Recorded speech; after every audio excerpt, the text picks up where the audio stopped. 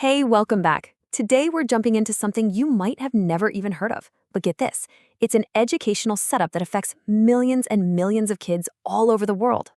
Okay, do me a favor. Just for a second, picture a normal classroom. What do you see? I'm going to bet that for most of us, the image that pops up is pretty specific. One teacher, maybe 20 or 30 kids, and here's the key part, they're all about the same age, all in the same grade, right? Well, that classic picture, it's definitely not the whole story, not even close. For a huge number of students out there, the classroom looks totally different. So let's get into it. What exactly is a multigrade class? It's pretty much what it sounds like. You've got students from two, maybe even more, different grade levels, think first graders and second graders, all in the same room with the exact same teacher, all day long.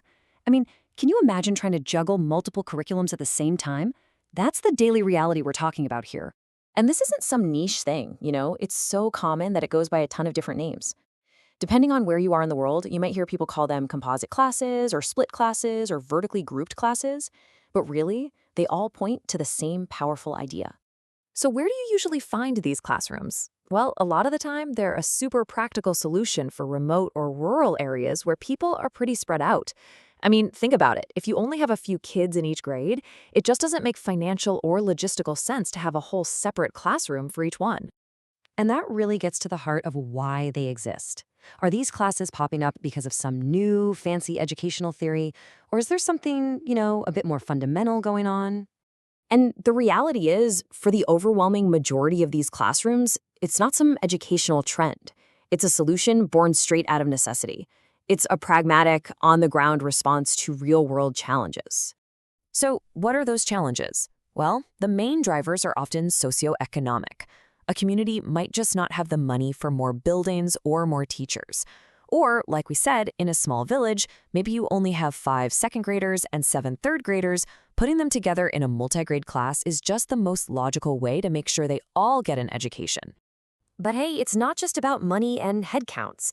Culture and geography play a huge role too. The source material points out that in some places, kids are needed at home for chores or farm work. The multigrade model can be way more flexible. Take parts of India, for example, where this setup allows girls to balance their regular schoolwork with learning traditional skills like needlework. This way, they don't have to choose between getting an education and being part of their culture. Okay, so when you hear remote communities and economic constraints, you're probably starting to build a picture in your head of where these schools are. But I'm going to guess that picture, it's probably not the full one.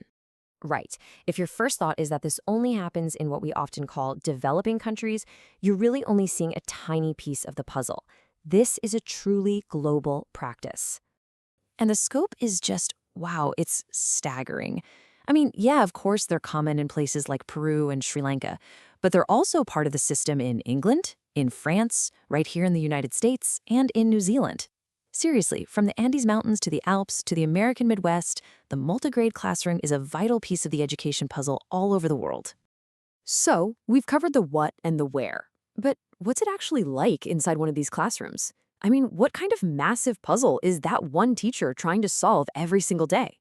Well, the one word that sums it all up is diversity. Incredible diversity.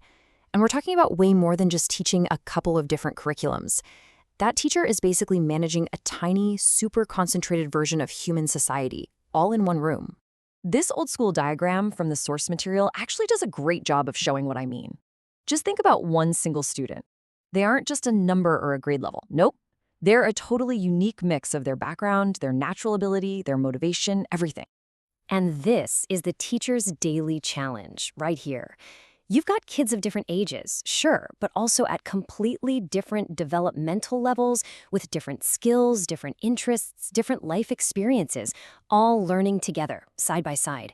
Trying to orchestrate a learning environment where everyone can thrive, that is a true art form. Okay, so with all that complexity, let's zoom out for a second. Why does this model matter so much on a global scale? What's the big picture here? The answer, honestly, is pretty profound. This whole system isn't just a temporary fix, it's a critical strategy. For a lot of countries, multigrade teaching is an absolutely essential way to meet those huge international goals, like providing education for all. It's how they turn that big promise into a reality on the ground. Because at its heart, this is all about fairness. It's about making sure that a kid's right to learn doesn't depend on their zip code or how much money their family has. This model is how we reach the children in small, poor, remote communities, the ones who are so often forgotten by the system.